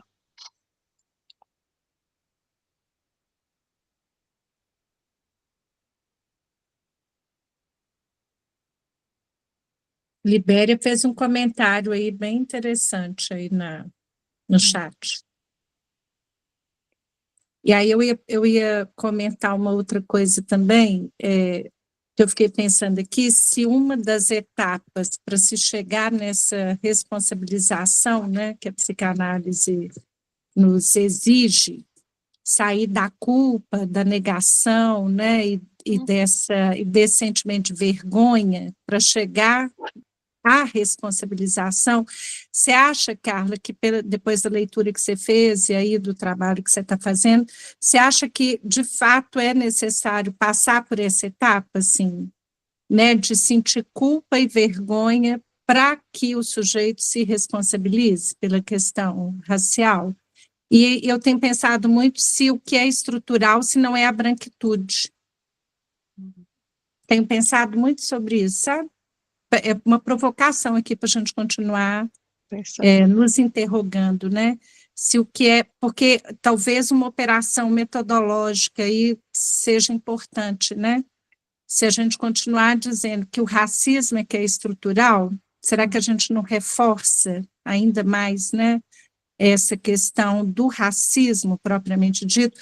Talvez a gente inverter e começar a dizer que a branquitude é que é estrutural, como forma de responsabilizar, né, o branco e a nós mesmos, negros e negras, porque nós também trazemos, né, a questão da branquitude inserida, né, e arraigada. Então, acho que talvez essa inversão nos ajude mais, sabe? Dizer que a branquitude é que é estrutural. Então, esses dois comentários, assim, não sei se você pensou sobre essa questão da culpa e da vergonha, né, que é uma estratégia metodológica que a Grada Quilomba usa, de alguma forma, consciente ou inconscientemente, né, e aí eu fiquei pensando se isso é uma estratégia também para você provocar a posteriori a responsabilização. Ela coloca assim, né, como se isso chegasse a esse ponto, né, da responsabilização e digamos assim, e uma leitura das suas maneiras de agir, digamos assim, anteriores, né? Eu não sei para vocês, mas a mim sempre acontece alguma coisa quando eu vejo, né, que você falou, né, alguma coisa e alguma relação também com a minha infância, com a minha história, do que eu vi, do que eu presenciei, né, do que acontecia, onde estavam as pessoas pretas, né, tudo isso leva. E dá um sentimento disso, né, dá um sentimento de uma certa culpa, eu não diria como, mas há, né, e eu acho que a vergonha, eu penso a vergonha também como para a gente, mas eu penso também como um sentimento assim coletivo, porque quando vem um artista multidisciplinar, que sabe que faz uma leitura, uma teórica, digamos assim, que tem uma certa visão do mundo, e diz, e volta, e diz, quando forem perguntar, ela disse aqui, ela diz em outros lugares, que o Brasil é um país fraturado, né? Eu acho que isso é uma coisa muito forte para uma nação, né? Ter isso como referência de que sempre foi vendido a imagem de uma democracia racial, né? Nós tivemos sempre essa imagem vendida, né? E eu acho isso, né? Desconstrói isso, desconstrói de uma certa forma. Né? Eu penso assim, eu penso também que eu me senti no lugar de conhecer, estudando isso, me leva também a outros lugares, a pensar mesmo assim, o que é esse povo brasileiro, né? Quando a gente coloca, né? Digamos assim, de uma forma geral, que os antropólogos todos têm tentado dizer disso, né?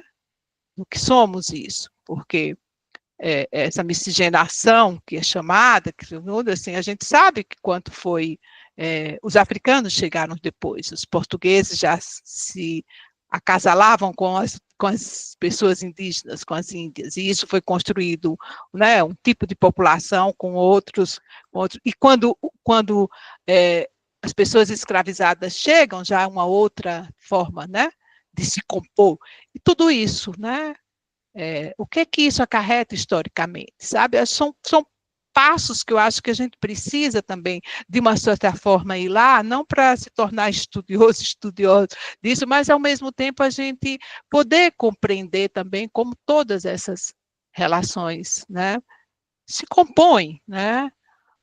Não que expliquem, mas eu acho que pode nos trazer pensar estratégias diferentes, diferenciadas, quanto mais a gente vai, né, digamos assim, mergulhando nisso. Mas eu acho que a culpa e a vergonha, eu penso que sim, sabe? É preciso passar por isso, que eu acho que é o que não acontece com as pessoas envolvidas, né? Nesses crimes horrendos e tudo, né? Não acontece.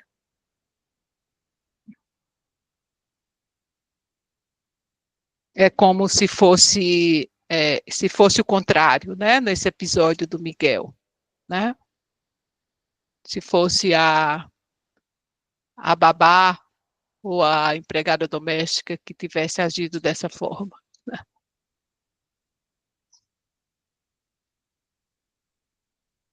Não é uma simples inversão, né?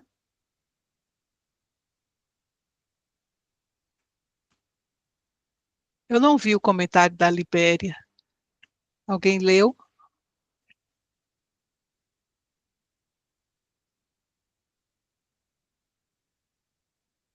Eu disse, Carla, Oi, Libéria. que essa conversa, né, em relação ao filho negro, e numa determinada idade você precisa mesmo protegê-lo, explicar, né, que ele tem que tomar cuidado, que ele não pode colocar a mão nas coisas, enfim.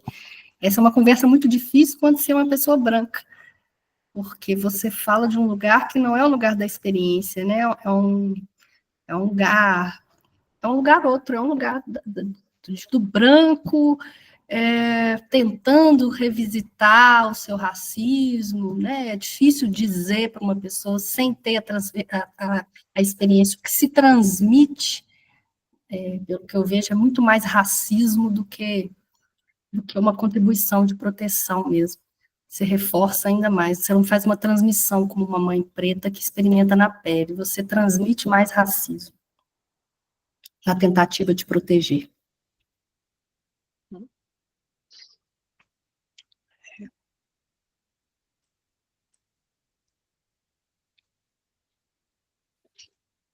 Carla, é nítido para mim que, na verdade, o que talvez a gente possa extrair da obra da Grada Quilombo acerca da psicanálise, aquilo que nos diz respeito aqui propriamente, seria evidentemente aqueles conceitos pelos quais ela transita, não necessariamente com profundidade, né? Ela faz isso fazendo um enleio junto com o trabalho de campo dela, mas efetivamente ela vai falar do trauma, né? E esse trauma é o colonial, ou é o trauma necessariamente racista, mas é o trauma colonial que ela está em mente, porque ela está com Fanon, né? Ela vai fazer isso, ela vai requerer o conceito de repressão ou de recalque, então esse recalcamento que torna-se compulsivamente repetido, né? Então ela vai falar da repetição, então ela vai falar do trauma, vai falar da repressão, vai falar da repetição, ela vai falar da negação, porque justamente nesse ideal de eu branco a gente está sempre negando essa condição, né? E ela vai também falar de um narcisismo que talvez resulte no narcisismo branco, né? Ou a maneira que você vai vendo no espelho essa figuração do ideal de eu branco, você recupera o narcisismo branco, e talvez por isso que Margaret venha falar da branquitude como estrutural, assim, talvez essa interrogação, porque aquilo que diz respeito à inscrição desse sujeito numa ordem traumática repetida e que poderia resultar em uma convulsão, não resulta em convulsão, resulta em narcisismo das posições de branquitude. Essa é uma questão mesmo para nós, porque a gente está falando aí, talvez de uma forma sine qua non, aquilo que diz mais respeito à psicanálise como um todo. Eu entendo que a culpa, a vergonha, a reparação depois sejam fundamentais, né?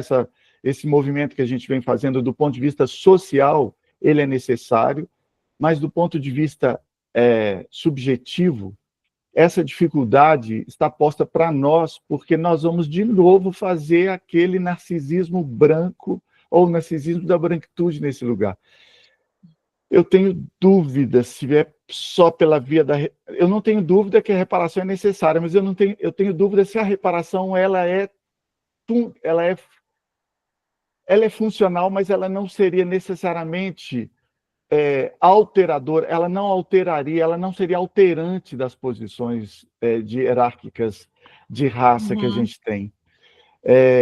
A reparação, inclusive, convulsiona, ou melhor, provoca uma certa ira de um outro lado, que faz uma reação, às vezes, muito maléfica a tudo que está se fazendo. Vide política de cotas, até as possibilidades de judicialização das questões raciais, né? Nós estamos provocando mais uma forma belicista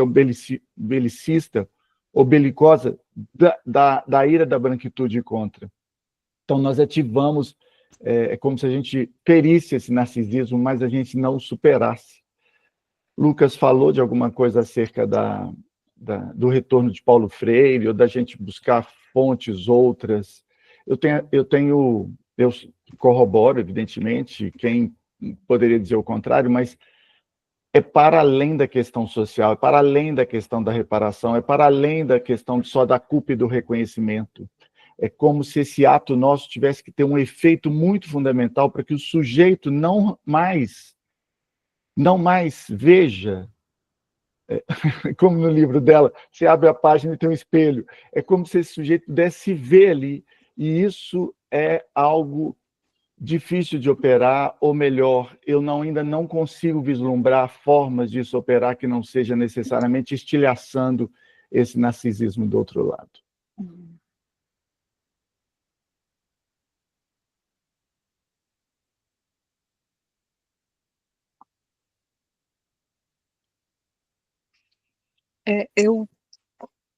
Eu fico pensando também, acho que essa inversão que Margarete traz, ela é provocadora também, né? É provocadora. E quando ela diz dessas etapas, né, que também foi posta no discurso do Gilroy, né?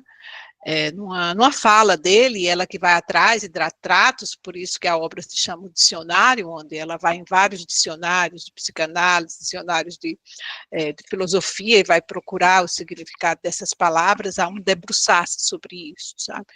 Mas eu penso, acho que tem essa questão da reparação, eu vejo isso tanto do ponto de vista social, como também subjetivo, Marcelo, né? Eu vejo que toca também por aí também. Mas eu acho que abre espaços a partir disso que ela traz para que a gente também pense outras possibilidades, outros caminhos, outras estratégias, que é o que, né? Possivelmente isso. E se isso acontece, né? Acho que o livro As Memórias da Plantação, né? ele já nos causa, já nos traz, já mostra seus efeitos, né?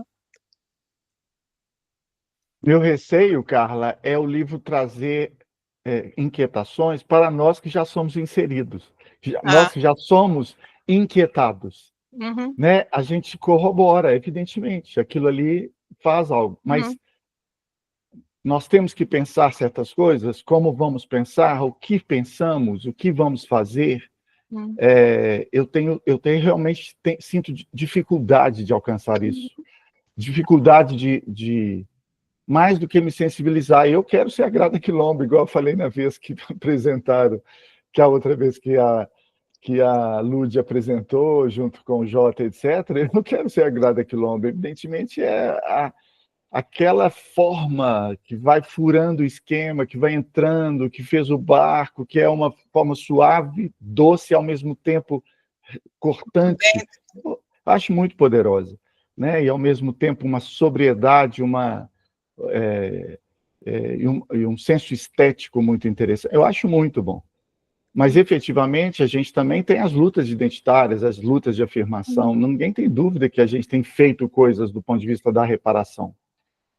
Mas tem causado um certo acirramento, um recrudescimento dessas hierarquias binárias da questão da raça. E eu acho isso pernicioso, e a gente não vai poder dormir com isso. É como se a gente tivesse que, agora, na urgência do nosso trabalho, mais do que sensibilizar com aquilo que a gente já acha que é muito interessante, nós temos que criar dispositivos efetivos, e a psicanálise precisa colaborar com isso, para que isso se reverta minimamente, para que a gente possa dar uma resposta à sociedade, ou pelo menos pessoas acharem em nós caminhos possíveis para que isso possa não se dar mais da mesma maneira.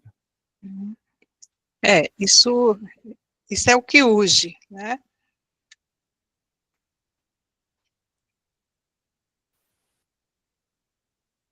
Acho que temos Encerremos, gente? Vamos ao fim?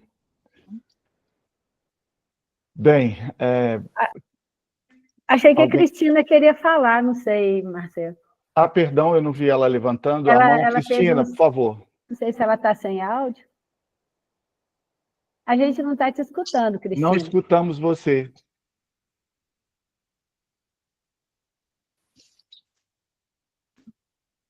Tenta tirar o fone, tenta te falar sem o fone. Tenta tirar o fone, não, desconectar. Despluga da máquina. Agora? Agora sim. Estava mal. Muito obrigada, Carla. Seu texto muito delicioso, muito detalhado, e a articulação que fez foi muito proveitosa para mim. Eu fiquei pensando, todo o tempo eu pensava em uns sítios que eu assisto à internet, que são de jovens negros, que eles falam muito desde esta perspectiva, não? Eu pensava isto. A gente todo o tempo está falando na lógica de racismo, branquitude, racismo, branquitude. Ou seja, a gente está falando, eu penso que a gente está falando das pessoas negras somente desde essa perspectiva. E nesse sítio, os jovens, eles marcam muito a diferença, de que isso sim a gente tem que fazer uma reflexão, uma análise dessa perspectiva, conhecer a história, desarticular, não, as questões estruturais que estão em jogo no cotidiano, de cada experiência cotidiana. Mas, se é só isso, a comunidade negra, as pessoas negras, é só isso a história das pessoas negras. Eles falam muito, todo o tempo, como fazer conhecer produções artísticas, acadêmicas, as análises, as produções científicas. Eu acho que se a gente somente fica analisando desde essa perspectiva, não deixa fora toda uma produção própria, deixa fora os aportes artísticos, científicos. Neste grupo, bueno, nós estamos lendo pessoas, produções negras, mas eu estou pensando em intervenções que têm a ver com a academia, que têm a ver com outros canais, de conhecer questões que têm a ver mais com produções van por un lado de lo, a ver, que van por fuera de esa lógica. No sé si tú consiguiendo transmitir o que eu quero transmitir. Estos jovens falam muito questões históricas, questões de produções, o que eles fazem, o que outras pessoas que têm a ver, bueno, com distintas áreas, não? Políticas, científicas, bem.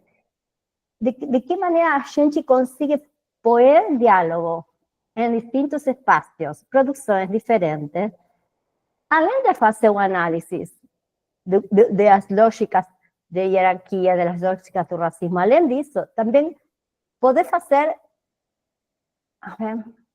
ouvir, ler, conhecer, além disso, as produções. Não sei se estou conseguindo transmitir o que eu quero falar em portunhol, mas eu acho que senão a gente fica sempre no mesmo olhar. E por outra coisa que você está falando, Marcelo, eu acho que você está falando em intervenção analítica, a consultório, que sim, que é preciso, que somente, talvez, uma intervenção no plano social ou no plano sociocomunitário é bom porque consegue fazer alguma mobilização, coloca questões, coloca movimentações, mas às vezes o que é necessário é passar por a própria também análise nessa situação, acho, alguma questão. Mas não sei, só isso. Muito obrigada, muito interessante. Eu levantei, não sei se Carla quer comentar ou se... Eu pensei uma questão ligada ao que a Cristina falou. Mônica, fala Pode você. falar, Mônica. Não, é porque eu não sei, né, que se eu entendi bem, Cristina, mas a primeira parte da sua questão, eu acho que, se eu entendi bem, né, eu acho que os jovens, eles insistem nessas questões, porque no caso nosso brasileiro, como a gente vem de uma alienação histórica, eu acho que o contato, né, com questões que mostram toda essa questão da desigualdade, do racismo estrutural, institucional, da opressão, dos homicídios, né, das mortes, porque os índices no Brasil de violência dirigida aos jovens negros são exorbitantes, né? Então, eu acho que o contato com tudo isso faz com que isso envolva muito, né, essa juventude, e eles realmente se joguem nisso até como uma luta de resistência pela sobrevivência. Assim, eu pensei nisso, né, a partir do que você disse, no caso brasileiro, mas não sei se eu entendi bem o que você queria dizer. Aí eu estou... Sim, o que eu falei que os jovens que subem vídeos no YouTube, que eu assisto, eles falam, isso acontece, sim, mas não somos só isso. Entende? Eles querem mostrar o que a gente conheça deles, do que tem a ver com a história, o que tem a ver com as produções científicas, artísticas, não somente o negro que é morto por situação como vítima. Não sei se consigo falar. O sea, no solamente la persona vista como víctima de una lógica racista. Eso sí, pero además de eso, ¿qué? O sea, ¿qué otras cosas se pueden transmitir? O sea, ¿con qué otras producciones podemos? Bueno, aquí en este espacio se está haciendo un poco lo que yo transmito, ¿no? Pero digo, esto tal vez queda en este circuito, ver desde qué lugar, desde la academia, desde otros lugares, uno puede hacer un lugar distinto a la producción artística, política, bueno, científica, de pares, desde distintas orígenes, ¿no? En ese sentido, o sea, la queja de estos jóvenes era que eran siempre vistos solo como víctimas, o muertos por, o, como una situación ahí de objeto de racismo.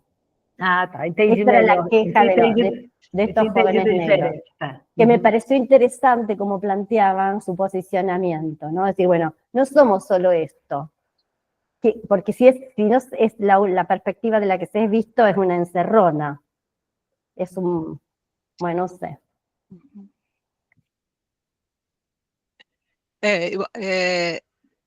a gente tem vários exemplos disso, né? Digamos assim, que ocupa a mídia oficial. Você vê vídeos, digamos assim, mais, talvez mais seletos de jovens demais, que não são tão conhecidos, mas a gente tem, quando o Emicida vai e ocupa o Teatro Municipal de São Paulo, no evento, né? E convida jovens, né, vindo de outros lugares, de outros bairros que não são normalmente quem frequenta aquilo, né. Quando a literatura também vai mostrando a venda, né, de livros, por exemplo, o Jefferson Tenório, que foi esse do Avesso da Pele, Estela, tem outro livro também bem conhecido dele, esqueci, Estela alguma coisa, ele ganha o Jabuti, né, pelo conjunto da obra também. Então, são expressões que vêm já, tipo, de forma de quanto a cultura também está presente na nossa formação, né? Eles acham que não é só isso, né? Não é só isso, mas, digamos, desde o início da música da gente, né? Cartola, né? Pixinguinha, outros que antecederam, né? Tem, mas sempre, pelo que a gente escuta deles, sempre tem um lugar aí de dor também, sabe? Não é só isso, mas há uma marca disso também, né? Eu não sei se eu consegui dizer, mas tipo, esse movimento é vida, digamos, olha o que a gente produz, o que a gente tem, isso é vida, né? Contrário a esse lugar, digamos assim, que afirma só, né, o que pode vir lhe acontecer de violência e tudo. Não? Nesse sentido, Carla, nesse sentido, sim, isso, sim. Carla, com todo o nosso agradecimento, a sua intervenção foi super boa hoje, a gente pensou degraus acima do que a gente estava pensando anteriormente, é claro que é uma construção e não vai, né, e vai se passar várias vezes, a gente está nessa empreitada já há 3 anos, vamos ver se a gente consegue levar isso a cabo até o colóquio para poder fomentar mais respostas a isso e inquirir a psicanálise, a educação e a política nesse lugar propriamente. Mais uma vez, obrigado, gente, obrigado pelos esforços que ficaram até agora, as e os, e mais uma vez, parabéns. Boa noite, até agosto, quando a gente retorna com o Grupo Lepsi aqui na sessão do final de agosto, tá bem? Julho terão as nossas férias. Um abraço para todo mundo. Abraço, gente. Maravilha, tchau, tchau, gente. Boa noite. Valeu, abraço.